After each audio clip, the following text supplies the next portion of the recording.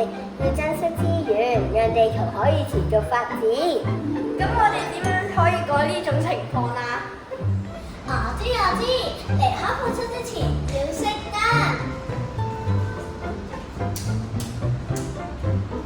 放學我哋要關上電源，例如電腦、冷氣、